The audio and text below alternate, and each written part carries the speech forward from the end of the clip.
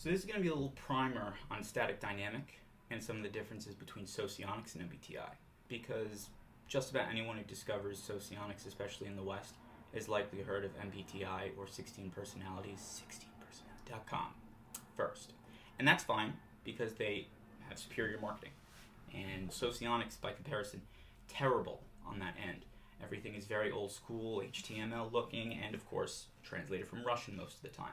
So, as for why the theory exists in the first place, and we over here at Cognitive Frontier are using this and not MBTI, which I started with, and most other people have, is because socionics takes Jung's basis and his functions and derives their mathematical conclusions, codifies them into a framework, and shows the relationships between all of the concepts in a very, not just mathematical, but also elegant way, in the sense that everything flows together, right? And it's not just arbitrary the way Myers-Briggs did.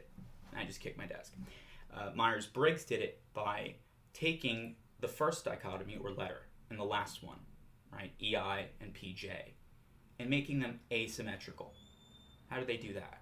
Well, if you look at extroversion, introversion, what actually constitutes that dichotomy? It's about whether or not your first function is extroverted or introverted. That's it, right? You would imagine that because Jung originally identified intuition and sensing as irrational and logic and ethics as rational, that the P and the J dichotomy would simply be, do they lead with a P element, a P function, N or S, or do they lead with a J one, T or F? And that would make it equal in complexity to extroversion and introversion. What do I mean by equal in complexity? When you take two dichotomies, right, of which there are four primary ones in socionics, and cross them together, you get a new dichotomy. So if you take perceiving and judging, right, in the MBTI sense, and then you take extroversion and introversion in the MBTI sense and say, what makes this type perceiving or judging? Right? With extroversion, introversion, it's about whether the first function is extroverted or introverted. Okay.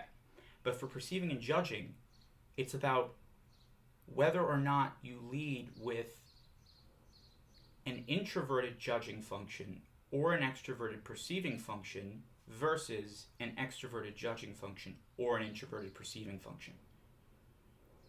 If that sounds a little bit more complex than E versus I did, you're onto something. Because what socionics does is use Jung's original P and J distinction.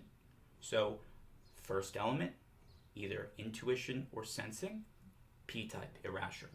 First element, logic or ethics, doesn't matter which one, rational, J-type. Extroverted, first IME is extroverted. Introverted, first IME is introverted. And IMEs are just functions, like an MBTI. And we're going to be discussing plenty more of that. So what that means is what Myers-Briggs calls perceiving and judging is actually what you get if you take extroversion, introversion, and then perceiving, judging in socionics, and then cross them together.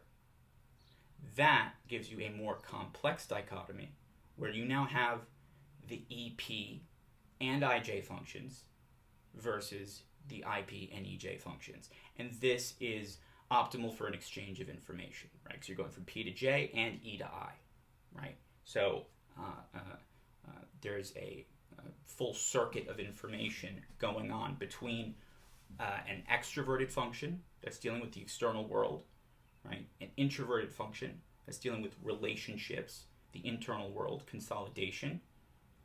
And then you have it leading with either a P or a J function. So the important thing to understand here is that there are factors of complexity with dichotomies. And so the four Jungian dichotomies are the first rung of that complexity ladder. And then static and dynamic comes next. So in the next video, I'm going to go into what are these more complex dichotomies and how we can actually contextualize them.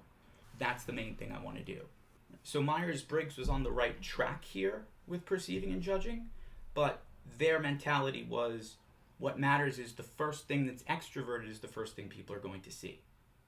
And it was basically a tiny mistake that created a ripple effect of asymmetries and structural abnormalities that don't make it make sense, because now the P and J dichotomy, right, which is essentially structured versus unstructured, you're now saying that a J type is an EJ or an IP. So apparently NI DOMs and TE DOMs are both equally as structured as one another.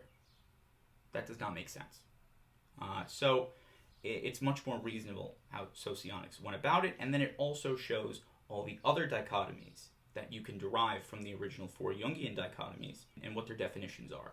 So I'm going to finish up this video by saying, of the 4 Jungian dichotomies, which are extremely important to understand, right, just know them as letters right now. Right? If you're looking at this video, chances are you understand the 4 dichotomies because they were discussed in the previous video.